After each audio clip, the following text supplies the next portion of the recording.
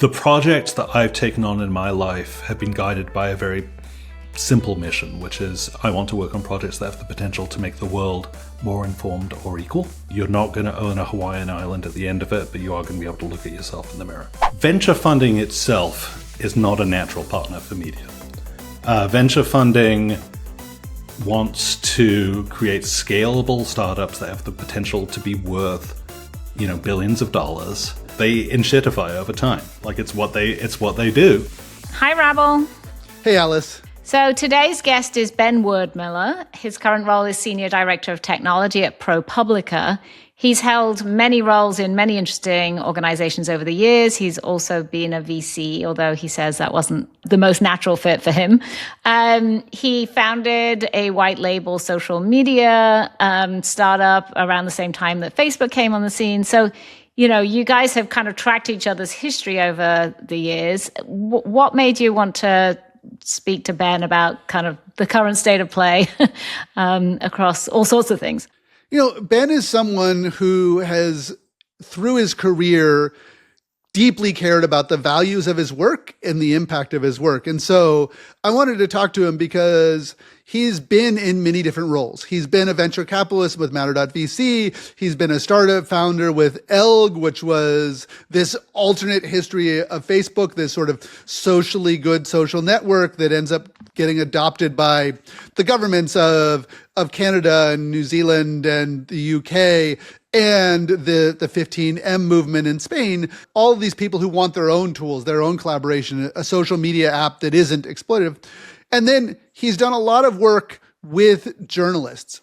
He worked at Medium. He now is the technology director at ProPublica, an organization that is a nonprofit newsroom that exposes abuse of power and is so important today in an era of rising authoritarianism. And so Ben has this thread where he talks about what it is we're building on the internet, how we build on the internet, the importance of open source, the importance of protocols instead of platforms, the importance of building things with our users where we listen to them, and building things that are designed for pro-social outcomes. It was a really fascinating conversation. And we get into the end, we look at Elgg and its parallels to the Facebook and how we didn't have to have a world that ended up with the Facebook causing genocides and all of these negative repercussions. We could have had a world of Elgg, a world of more pro-social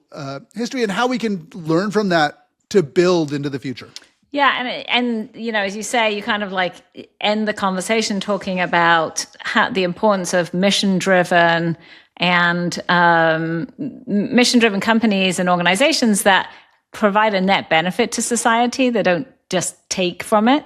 And I think that is obviously so aligned with a lot of the work that, you're doing, we're doing every day. So let's take a listen.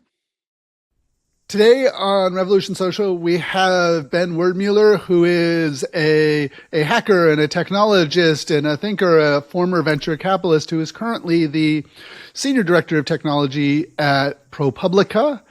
I am so happy to have you here, Ben, because your work in building things that make the internet a better place and also thinking about it has been really influential on me. And you've had this fascinating career where you've gone through the roles of working in journalism, building open source social media apps that have grown to many users as a Facebook competitor back in the day, and also advocating for the IndieWeb, advocating for protocols, advocating for a world that isn't controlled by a few centralized players. So welcome. Thank you very much, Rabble. It's so exciting to be here. It's so nice to be in conversation with you. And that's a really incredibly kind introduction. Thank you. I think I want to start a little bit with where we are today. Like you're working at ProPublica, one of the sort of premier investigative journalist outlets that cares about free speech, that cares about government transparency and the preservation of a democratic society that isn't overrun by authoritarianism, in an era where we have a wannabe autocrat trying to reform the U.S. government, and not just the U.S. government, we see it elsewhere too. Yeah, so ProPublica, just in case anyone isn't familiar, is a non-profit newsroom based in the US that investigates abuses of trust and power in the public interest. Doesn't do breaking news. It just does deeply reported investigative stories about abuses of power. So as you can imagine, it's been a really slow year for us. Nothing really going on. Like it's been fine. I lead technology on the business side. So that means I've got product engineering, I've got IT, and I've got security. And I think a lot about how we can keep everybody in the community safe, basically. So we have obviously our journalists, but also there's an enormous number of people who put their trust in us to give us information, to share with us from all kinds of institutions.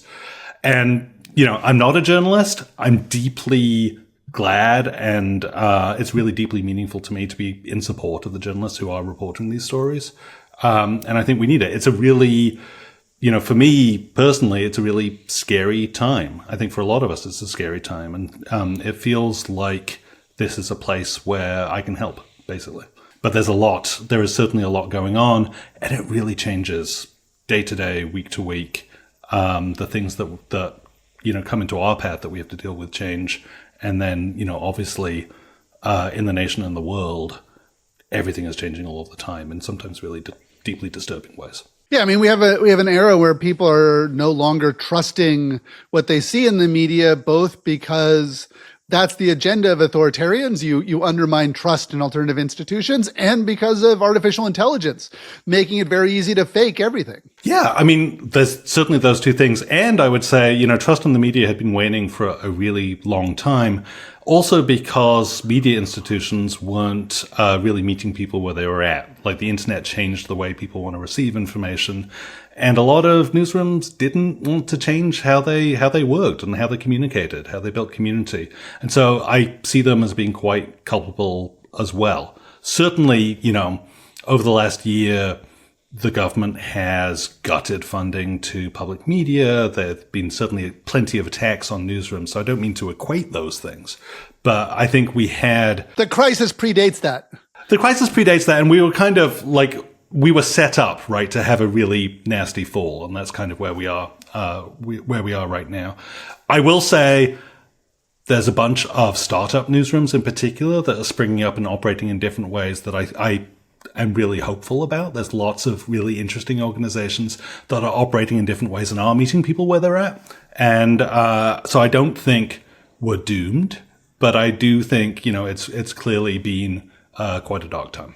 Before you joined ProPublica, you worked with the 19th and a bunch of other news outlets, sort of providing the technology infrastructure to this. And one of your roles was at Matter.vc, where you were the West Coast investment director of a socially responsible VC fund that got funding from a bunch of media outlets to try and build new institutions. I wonder if you could talk about that experience, both what it is to cultivate new institutions, entrepreneurship, and so much of what we think about, and when we think about tech and the internet, is dependent on investors, investment money. And so you went from being an entrepreneur, being a technologist, now you're supporting journalists, to trying to figure out how to invest in these institutions and create new ones. Yeah, which was very tricky. It was extremely tricky, and it was a really interesting line to walk. I have to tell you, I am not a natural capitalist and not a natural sort of venture capitalist. So it was a really interesting place to be. And what actually happened was I built an open source community startup that was funded by Matter, first of all. And so we worked on that for a couple of years. It was acquired by Medium. And they just couldn't keep me away. I was so excited about the mission of this early stage media accelerator. Its mission was to invest in startups with the potential to create a more informed, inclusive and democratic society. And empathetic society, excuse me. And so these were amazing groups of people. These were amazing humans going through this. And very often they were sort of ideologically orientated people who maybe weren't as strong on the tech side sometimes. And so I would come in and I would help them out just organically while I was still kind of working at Medium. I helped interview startups. I helped sort of behind the scenes unofficially for a few of their startup cohorts until they were just like, okay, clearly we can't get you to leave. Why don't you come and join the team and do this full time? Yeah, it was a funny sort of venture firm because, it's LPs. Every venture firm has limited partners that put money into the fund. The LPs were all media companies. So it was started with the Knight Foundation, which is a big funder in media, PRX, which is the public radio exchange, and KQED, which is the public media station, one of the larger public media station in San Francisco. And then it expanded to the Associated Press, the New York Times, Tar Media in Switzerland, Tronc. It was a situation where, we were trying to find platforms that might support the media ecosystem, but we were also helping those media partners navigate innovation themselves, right? And think about kind of how to react to the internet, how to adapt to the world that was changing around them. And we did that through the lens of human-centered kind of venture design, helping to anchor them to the real people that they were trying to help.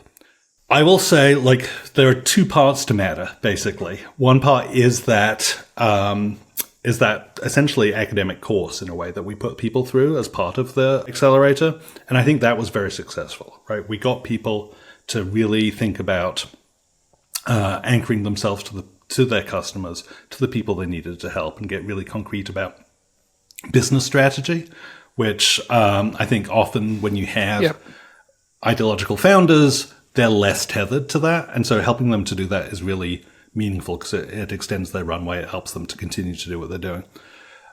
Venture funding itself is not a natural partner for media. Venture funding wants to create scalable startups that have the potential to be worth, billions of dollars, that tend towards monopoly, right? And that essentially, you've spoken to Cory Doctorow, they inshitify over time. It's what they do. You give them lots of capital at the beginning, and once something gets, you get unlimited ability to growth. But the other side of that is at some point, you need to enclose the market you've created and betray your partners and your users and your customers in order to extract that excess value. Absolutely. And that, we've come to see that as harmful in technology, but in media, that's always been harmful. We call that consolidation, right? You don't want to have a situation where someone owns the entire market. And so that was tricky to navigate because those startups didn't necessarily always fit into that mold.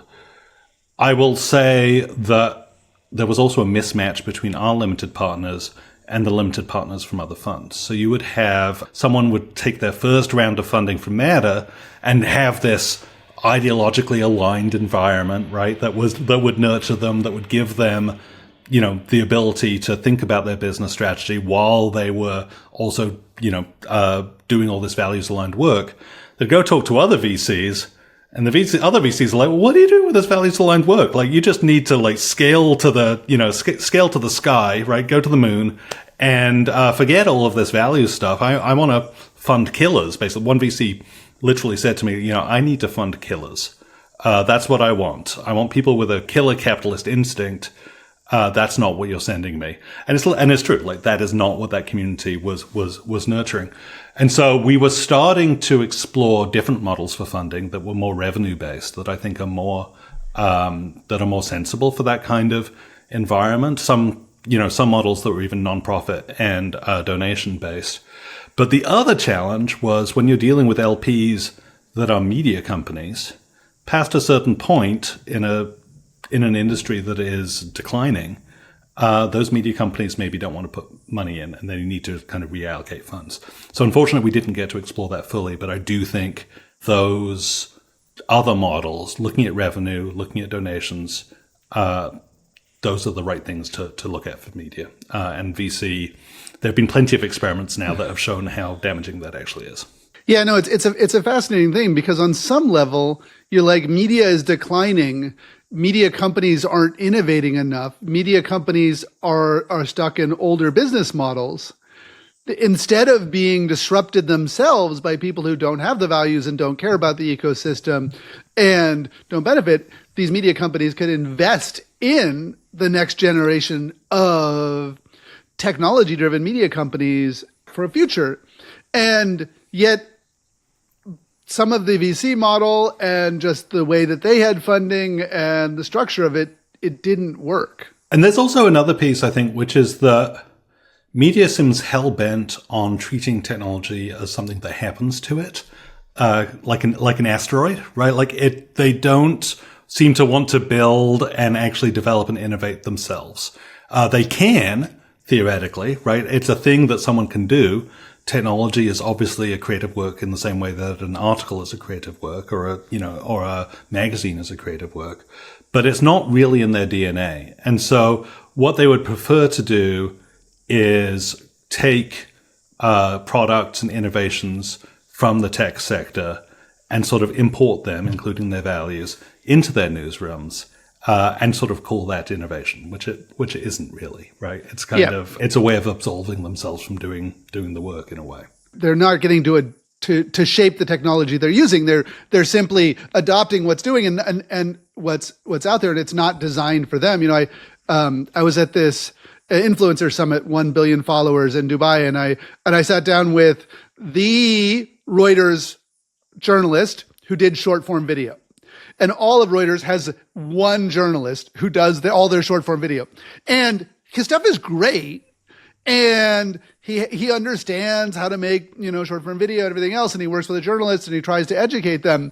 But rather than them realizing that short form video is where most people get their news, mm-hmm. the written article that gets syndicated that they produce is the artifact that you want to go to for more information. And the primary consumption is the short form video. They have it sort of the other way around. And their business model doesn't let them flip it around. And there's a challenge even there, which is that it's not just about creating short form video. You've got to know who you're making the short form video for, right? Like, who is the audience for this video? Who are the people who you are trying to do the storytelling for? And again, those muscles don't exist. They don't really know who they're for. And they'll react a little bit when people sort of respond in the comments. But generally speaking, newsrooms aren't gearing themselves up to do kind of the community listening that they need to do in order to really tailor that information. Again, that's sort of a relic from the old days when you could sort of be an ivory tower publisher, publish stuff, and people would consume it because that was the only game in town. Hi, I'm breaking into this conversation with Ben for a second to remind you to follow Revolution.Social on your podcast app or on YouTube. It's not like media companies aren't companies. They had for generations their own moats and monopolies, just like the big tech companies. It was the only way to get your message out. It was the only way to publish advertising that got to everyone. It was the only way to publish classifieds. Like, if you wanted to sell cars, you had to pay the newspaper to put the insert in there. Otherwise, no one would know that your cars were available or how much they cost or where they were. And so they were relying on these business models that were then disrupted by the internet, disrupted by, Craigslist originally and Facebook Marketplace and Google Ads and everything else. They feel like they're just now, like they're still reeling from the impact of social media.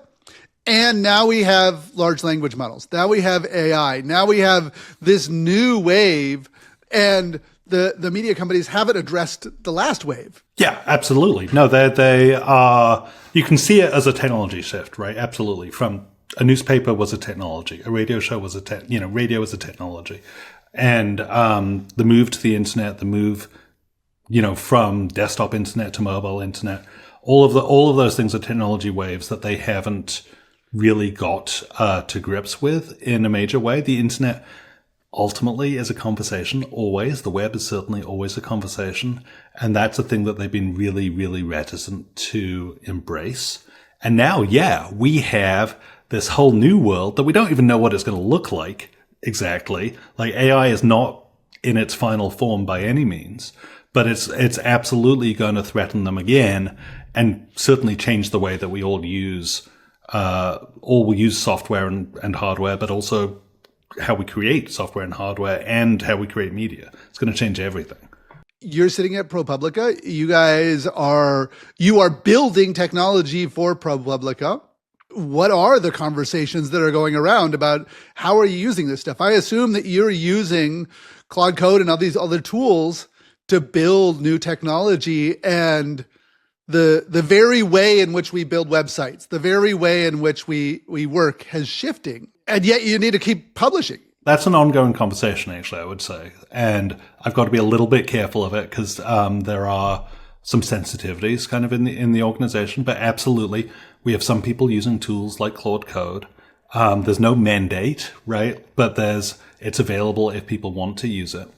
And I would say opinions internally run the gamut, right? From enthusiasts. That's what you'd expect. And it's normal and it's fine, right? The thing I'm more worried about is how consumption changes, right? And I would draw a distinction between news and journalism, first of all. So news is a set of facts about what has happened. Journalism is the context around those facts. And I think the news has been completely commodified, right? Those facts are completely commodified. Only 8%, like the Pew Research Center found that only 8% of Americans think that news is even worth considering paying for. I think, that has been free for an awful long time. I don't think that's coming back as a business model. What is maybe a little bit different is journalism. So the actual context around what's going on is not something that an LLM can provide exactly. And at ProPublica, we have these deeply reported stories. We published a story at the end of last year that had taken 5 years to research and write, right? These aren't stories that you can get from somewhere else. It is, and an LLM absolutely cannot go out and do that reporting. So you have actually what I would call a unique product that has not been commodified that people are responding to. And you actually find in a world where everybody's social media referrals and their search engine referrals are going down because you have these AI summaries, essentially, that give people what they need up front, ours are actually going up. And so we're actually seeing that being differentiated, doing something different and providing a product that no one else is providing that people do want is making a real difference. There are undeniably enormous numbers of challenges, and there's going to be huge challenges down the road as OpenAI changes their interfaces, as Anthropic changes their interfaces, as we see more AI intermediation across all of our sort of publishing services. But I feel like there's an awful lot of trust that is inherent in how you get your context. Like, you don't want to get your context from just about anywhere. And so building the human relationships that underpin how people get context about the world around them is really vital and will help us mitigate that.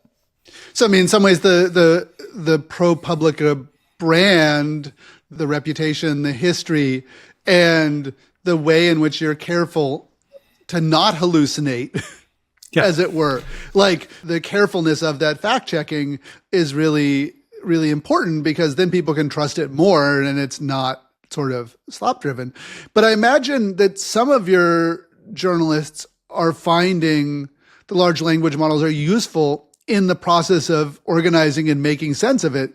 Take massive leaks of data and massive data dumps and things like that. Yeah, I mean, what we're not going to do if somebody sends us a leak, which they do, we're not going to shove that through ChatGPT, obviously, right?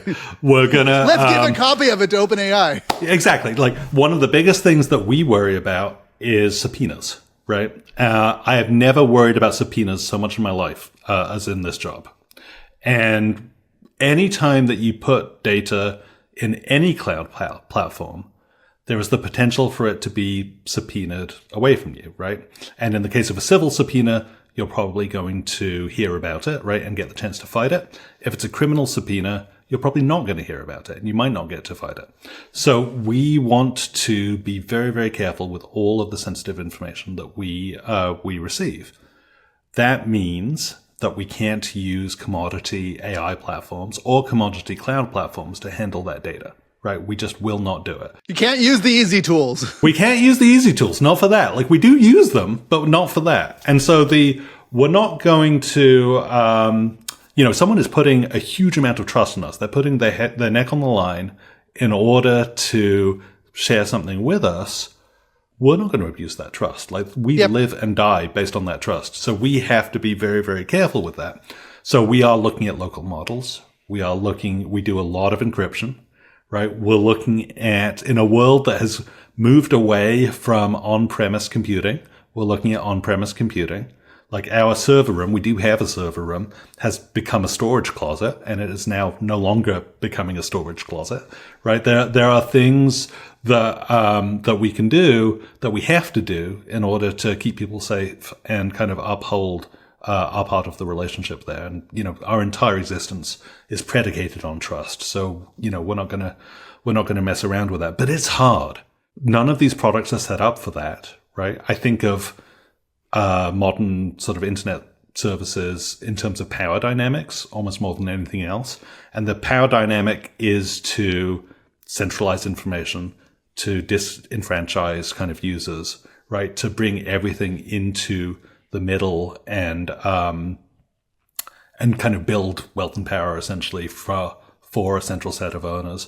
That's incredibly dangerous for us and for any community like us. So we have to sort of think about all of this in a very different way, and that does mean that there are fewer tools available to us. There aren't none, right? But there are fewer. There's some great work happening with Moxie Marlinspike, who originally worked on Signal, has been working on something called Confer, which is a private LLM chatbot.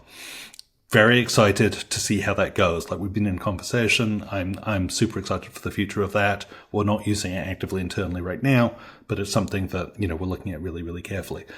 In addition to those local models, like, it's not just about going self-hosted, because that creates all kinds of maintenance risk for us. We're looking for ways that we can be safe while using other people's services as well. The self-hosted thing is fascinating because, prior to your work, or in parallel to your work on it, being a technology supporter of the media, you're very involved with the movement called IndieWeb, which is this idea that we could build the social media apps, the social networking apps, these collaborative apps, but not in a way that is centralized into Facebook and Twitter and everything else, but where you could set up your own servers. And this really predates the world that we see today with ActivityPub for Mastodon and App Protocol with Blue Sky, or Nostr, which is what I'm building Divine on, the video app. There was an era which said, you should host it yourself. You could build your own software, and we'll have all these compatible ways, these internet standards that bring it together. I wonder if you could talk a little bit about the IndieWeb, because it was this movement of technologists that it never jumped the chasm. It stayed a movement of super interesting, super influential technologists trying to explore an alternate history of the internet, where we weren't all stuck on TikTok and Instagram and Facebook. I immediately fell in love with the IndieWeb when I came across it. And it was a movement, it was originally a community founded by Amber Case, Tantek Chelik, Aaron Parecki, and Crystal Beasley. And it was just about encouraging people to build their own websites again, right? We'd all been templated by Facebook, by networks like them. And, the original intention was just, hey, be weird, right? Put your own shingle out there on the web and just make it whatever you want it to be. And that was step number one. That really was truly what made me fall in love with it. Because of course, like, there's no way that a template created by a mega corporation in Menlo Park can accurately represent the full spectrum of human identities, obviously. People are too weird. People are too weird, and they should be too weird, and that's what's so wonderful about humans, right? Like, there's all of this wonderful diversity. Let's actually put it out there. Let's publish that. Let's represent ourselves for real. Like, that is a beautiful thing. And as that progressed, it became clear that actually you could use the fundamental building blocks of the web to recreate some of those social media primitives. Making a post, which, that was captured by technologies like RSS. But you could reply to a post. They built web mention, right, to help people. You could post a reply on your own site that would actually link up to the original on someone else's site, right, the thing you're replying to, and there'd be a little piece of linking technology, so that reply would show up on that original site. And that went all the way up to RSVPing to events, checking into locations, all kinds of places. And it was all powered by micro formats, which are just like a little instantiation of, classes basically in the HTML of your website. To an extent, it really worked, and it still works. There's plenty of people out there doing that right now. It was funny. There was even a moment in history where it looked like the big companies might adopt this, or they flirted with it. There were micro formats and activity streams incorporated into Facebook. There was stuff in Google that supported it. Twitter supported it. So there was a moment at which these big companies that ended up enclosing this commons sort of flirted with the idea of being open and participating in these larger projects that wouldn't have led to a monoculture. Yeah, and the barrier to entry was really low, right? And it looked like it was something, even, from network to network, right, service to service, that could provide a certain amount of interoperability. And that provided some value to them. They didn't have to put a ton of effort into supporting it. And honestly, probably it was, individual enthusiasts inside those companies who sort of pushed it through. Some engineer just decided they loved it and they did it, and no one told them no. Yeah, and that happened quite a bit, right? In the history of the web in Silicon Valley. What then happened was we kind of had a bit of a consolidation again, right? So the networks needed to optimize for growth. We saw what happened with Twitter when they shut off their API. We saw what happened with all of the networks as they just needed to get into essentially war mode and grow as fast as possible. And so they stopped really embracing that. The IndieWeb itself, it's still going. It's still a growing community, but it sort of had a ceiling because, to build your own website, you got to build your own website, right? You've either got to be using some tool and put in the work to create your own profile. If you're going to engage in any of the social media use cases I talked about, you've got to do some programming. You probably have to administer your own web space at best, and at worst, you've got to actually administer your own server. That is a lot of time commitment, a lot of effort that you don't have to do with other forms of social media. And I'm a programmer. I have a computer science degree. Like I founded several startups. I still have a server. I found myself having to upgrade Linux on that server yesterday, and I've never had a worse time. Like it was not what I wanted to do with my life, and it just felt like a complete waste of time. There are people who love doing that, and that is great. I do not want to yuck their yum. They are doing their thing, and they really enjoy that, but it's not a pastime that is shared by the vast majority of people, and it's probably never going to be. So there is a ceiling to that, but there's also a lot of beauty and energy and good things to be gained by this principle of everybody having their own kind of weird and wonderful page on the web. And at the very least, as a model for leading by example, I think it's been a really, really valuable thing. And what's happened now is, because of the rise of the Fediverse and the rise of @proto, like those social media primitives are less important in the IndieWeb, and it's become much more about kind of the weird and wonderful websites again. And so you have a whole group of people that are just exchanging ideas about what to put on their websites.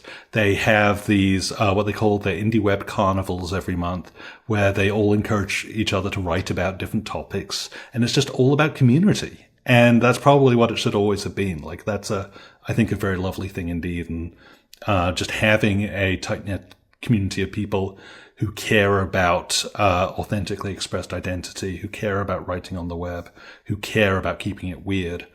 Like, I can't argue with that. That's truly great. One thing, I've not spent a lot of time talking to the IndieWeb folks recently, but I am curious if we have seen a shift in the IndieWeb once the ability to build web software has gotten much easier. I noticed for myself that I used to be like, oh, I need to put up a website. So I would install WordPress, I would install Ghost, or I would install some other CMS. And then I moved to sort of these lighter weight frameworks. And then in the last year, I've been like, let me sit down with, first it was Lovable and now it's with Claude Code or other agentic programming things. And I can reuse all those libraries. Like, are we seeing sort of this weird fringe of the IndieWeb who are being unique, able to do it with less technical knowledge because the tools have fundamentally changed?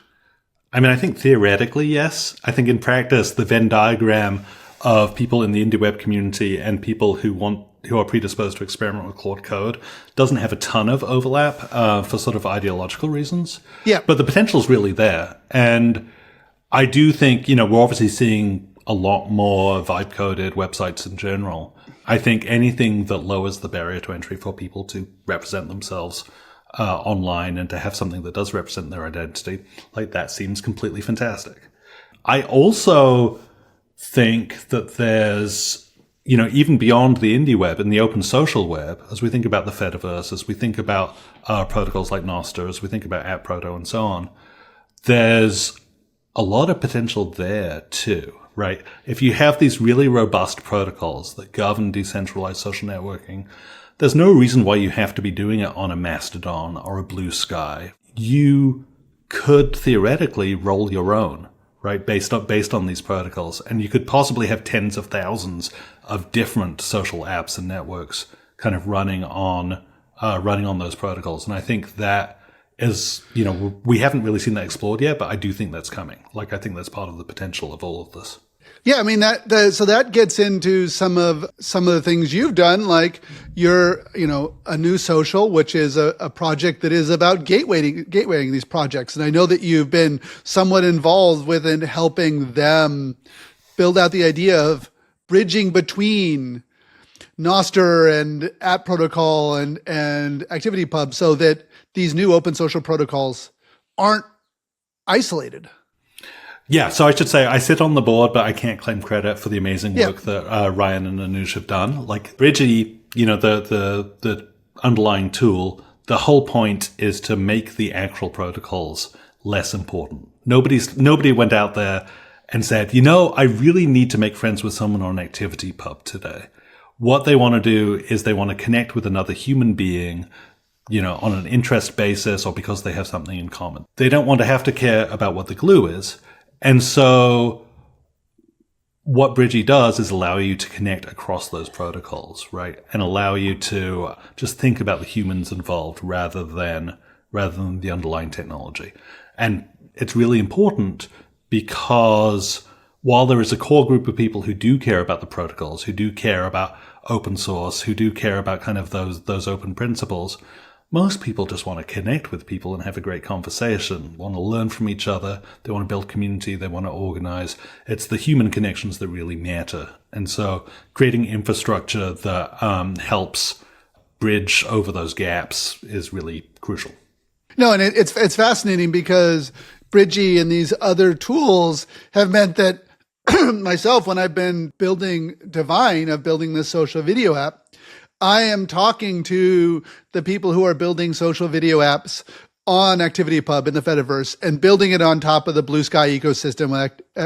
And we're not seeing ourselves as direct competitors because we know that we are part of an open ecosystem where there can be permissionless collaboration. And so we've had conversations where we're like, oh, of course you should be able to, where it makes sense, be able to view, subscribe to, engage with, reply to, and interact with things across what ostensibly feels like totally different ecosystems. But because they're built on protocols and not platforms, because they're built like the internet itself, as opposed to a walled garden, that's possible. It's completely possible, and it creates the opportunities for new kinds of interaction, right? A lot of the original open social web tools were essentially copying the activities that you saw on Twitter, right, or Facebook, or etc.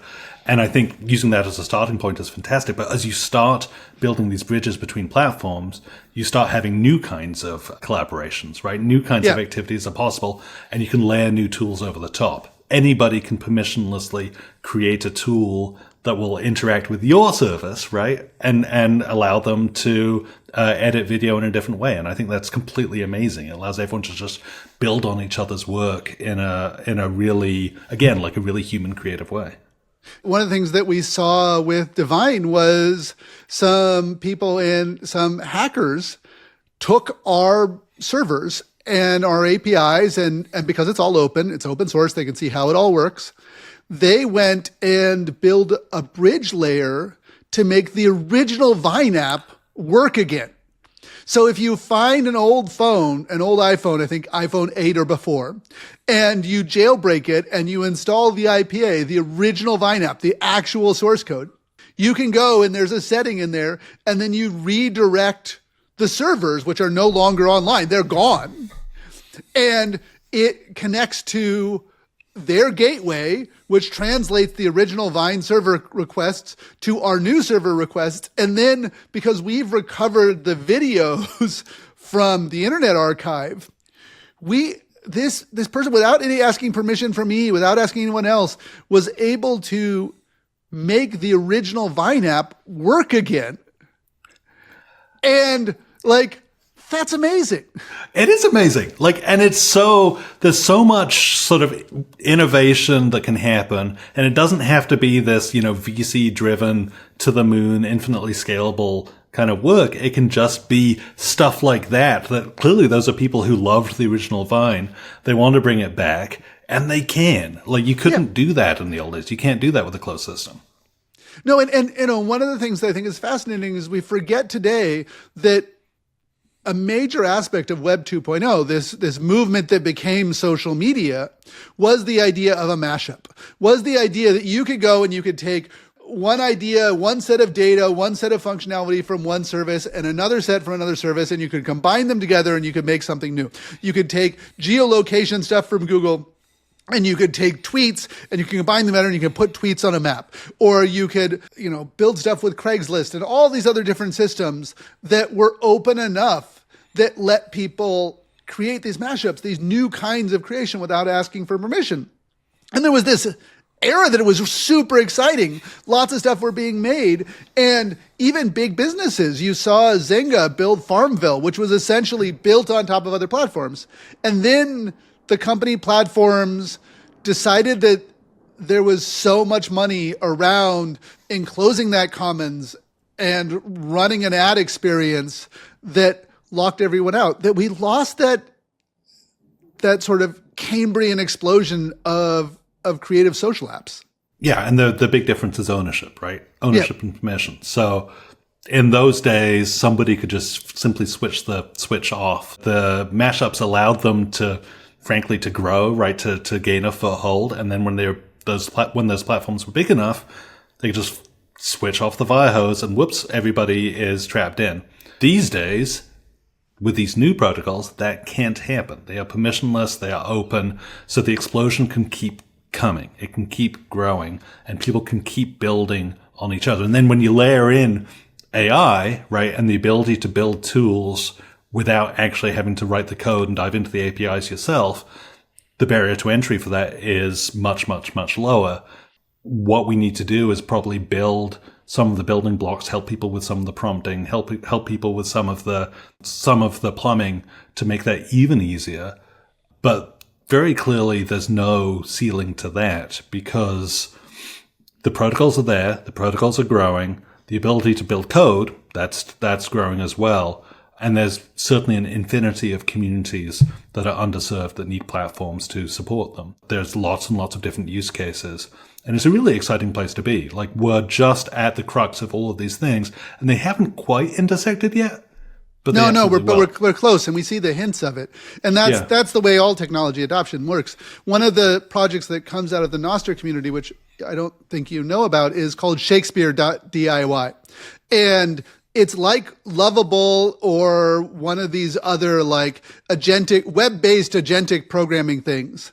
But it's built with all of the Nostr primitives and the Nostr way of doing social apps. So you can go in and say, I want a MySpace thing, or I want a GeoCities app, or I want something that's halfway between this thing and the other thing. And like a few minutes later, you get it. But the logins work, and the syncing works so that once you're there, you can follow someone from Blue Sky and someone from Mastodon and someone from Nostr because Bridgie is there running the gateways between them. And so now anybody can go in and you can go to their website. You see just like hundreds of different social media apps. And these were things that would have taken months or years to build. And now we get to play with it in an interesting way. And, I think that's the part of the AI world that it's the disconnect between the way in which so many programmers are so excited about this and so many people are like, wait, what is this going to do to the economy? What is this going to do to my creativity? What is this going to do to me being able to see actual human connection? And, I think we haven't figured that part out, but there's a fun playfulness to it on the other side. There absolutely can be. And I think that is entirely separable from the fact that also the companies behind AI right now are trash fires, right? They are, yes. They are objectively bad for the world. Totalitarian nightmares. They want to like. These are terrible companies, but the principles, right? The plumbing, the technology is actually something that will persist long after OpenAI inevitably implodes. And I think what you've just described is exactly it. The first platform I built, right, was this thing called Elgg, like in 2004. It was a community platform. The idea was you could install sort of a community on your own server, but we quickly determined that one size didn't fit all, right? We couldn't just like provide one version of the platform for every single community. What we needed to do was to make sure every community had its say over how it was run, what features it had, and so on. And the way we did that back then was through a plugin system, right? Like through kind of an ecosystem of add-ons that different developers created. We created a lot of them, but not all. And other developers created different tools. They created translations. It was translated into 80 languages. And these days, you wouldn't necessarily need that, actually. What you would be able to do is say, let's spin me up a community, right? I want to be able to do these things. Here is my use case. Here are the kinds of people that are going to be using this. I want it to use this plumbing, right? I want it to be able to connect to other communities so that other tools can connect to it and add value. And we're very quickly entering a place where that would simply be created. It opens up some really interesting questions about open source itself, right? In those old days, right, we had these open source plugins that we were trading around and everyone was building on top of. These days, the AI builds that software. Like, what does that actually mean? I think what it actually means is probably the approaches and kind of the human intention behind creating these tools is what remains open sourced. Like a lot of the plumbing and building blocks, the AI can still build on top of, but mostly actually kind of the human narratives and empathy that underpins the software. Those are things we can trade and build upon.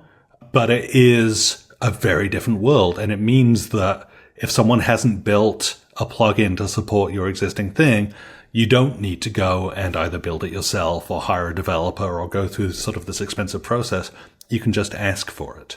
And that is a truly exciting thing. It really does open up a completely different world.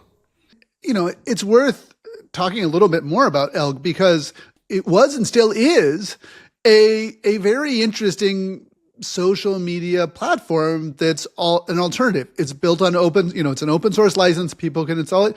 And, it was sort of one of the Facebook alternatives, but it was built for education and collaboration. And it's used by the Australian government and British government and Dutch government, the Canadian government, the World Bank, UNDP, UNESCO, tons of universities. When the 15M movement in Spain was having a sort of a major uprising, and they said, well, we don't want to build our stuff on Facebook. We don't want to coordinate on these other platforms.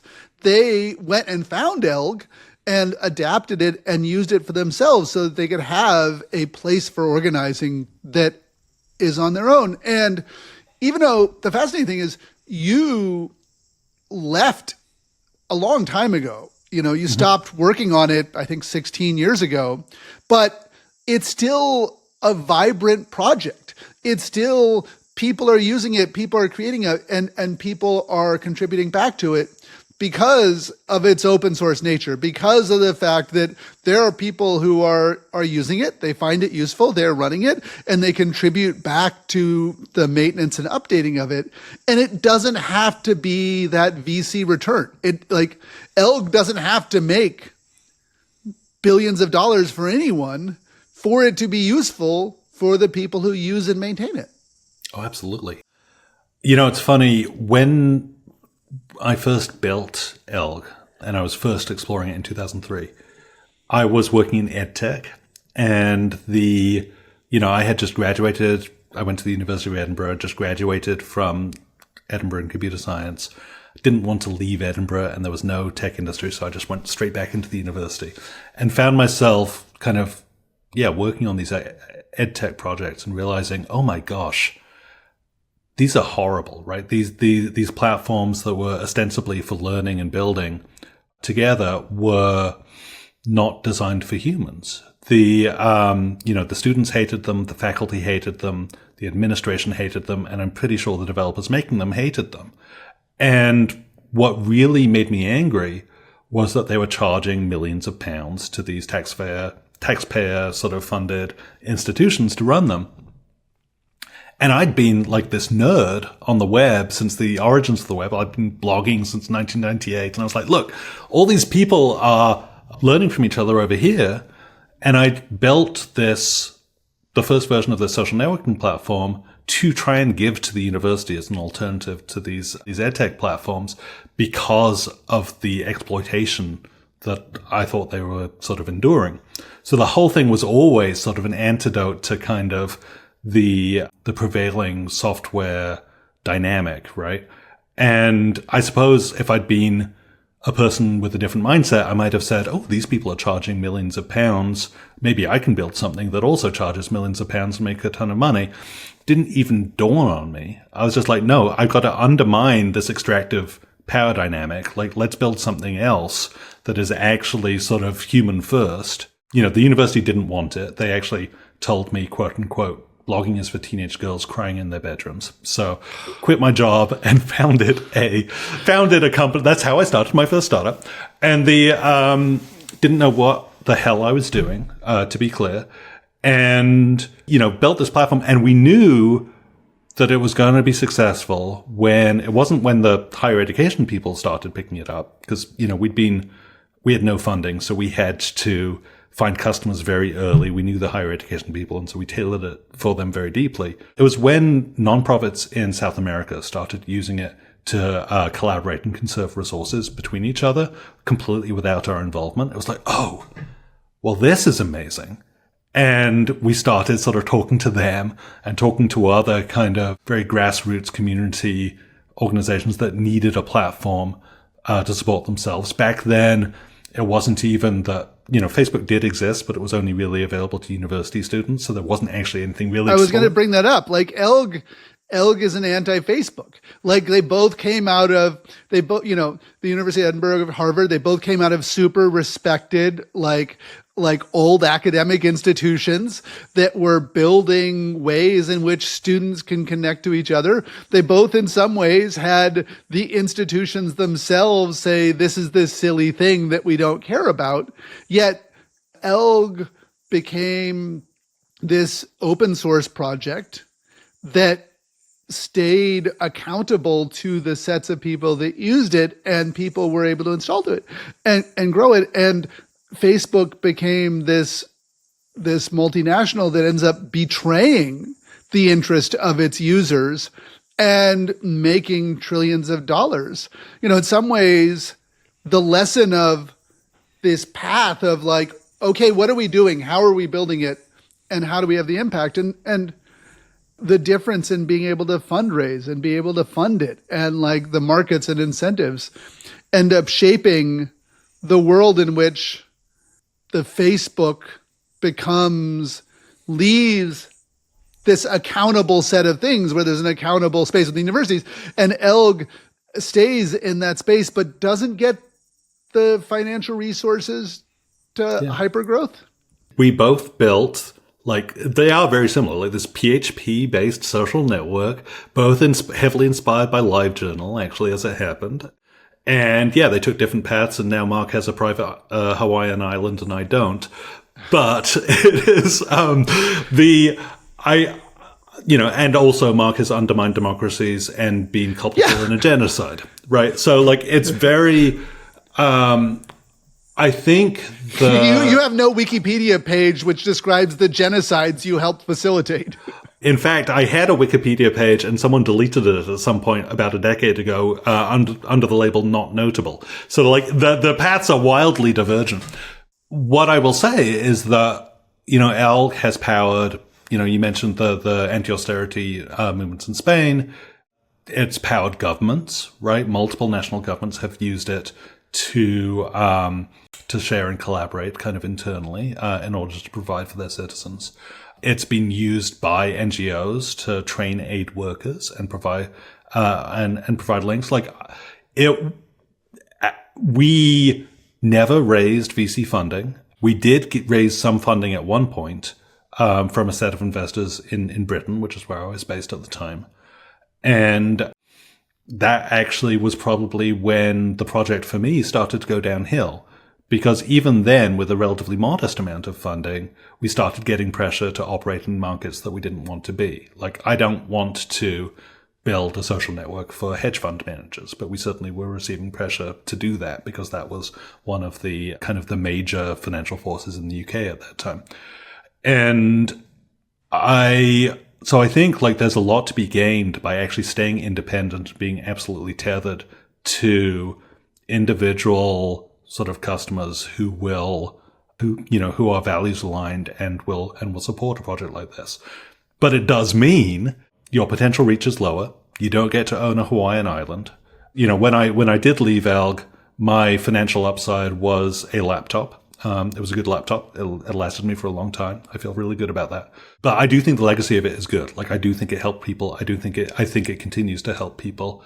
And I think there are plenty of projects out there right now that are considering their path, thinking about where they're going to go, and could take an investment path, and may be tempted to because there's an awful lot of money on the table when you do, but need to really consider what strings come with it and what they're going to be asked to do further down the line in order to justify that investment. The projects that I've taken on in my life have been guided by a very simple mission, which is I want to work on projects that have the potential to make the world more informed or equal.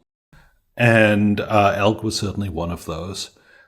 You could even argue that Facebook falls into one of those missions. It does not make the world more equal in any way, but I think it has helped people to find perspectives and find people that they might not otherwise have. But it's rather outweighed by that culpability in at least one genocide in in undermining free and fair elections, right? In being used to create a radically unequal world in the face of, we're all facing down climate change. We're going to have less livable land. We're going to have fewer resources between us all. One way the world could react to that is by collaborating and working together in order to provide solutions that benefit all of humanity. Or we can consolidate resources into a few people who might profit from that, basically, who use that as an opportunity to consolidate their own power. Facebook is definitely in the second camp. And I think and a lot of private companies right now are in the second camp. And I think people really need to know that both paths are possible, that you can build something that endures, that is mission-driven, that is a net benefit for humanity, that has an open and inclusive perspective, and that this sort of VC-driven consolidation, centralization agenda is not the only thing on the table.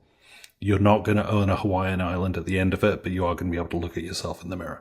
I think that is such a great way to wrap this up, to think about, like, what are we building? Why? What is the point of it? And how can we make a different set of choices about the work we're doing and the tools we use and the people we collaborate with, so that we make a better world for all of us, and that we build something together that doesn't consolidate power. Because, I think about the arrival of large language models. There's this new video of the Chinese New Year that's just happened around that shows all of the robots being able to do this kind of very intense acrobatic stuff. And you compare it from last year to this year, and it's really impressive. And you look at the large language models and you look at the way in which it's changing work.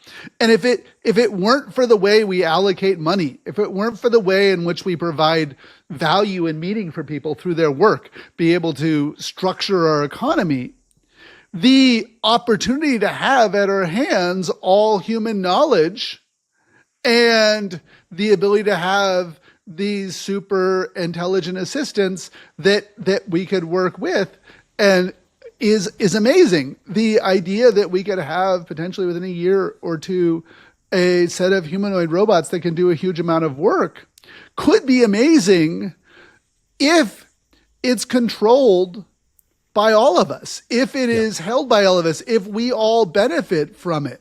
But if it is held by a few people who somehow read The Lord of the Rings and decided to name their company after, the Palantir is the globe that lets you observe everybody. Like, they read that book and decided that it wasn't the Fellowship of the Ring that was the idea, that the real solution was to take possession of the ring and embrace every abuse of power it has. Like, if we didn't have those people designing our AI systems, if we didn't have those people designing our robotic system, we didn't have those people designing a future of the economy, then this would be a moment to be celebrated.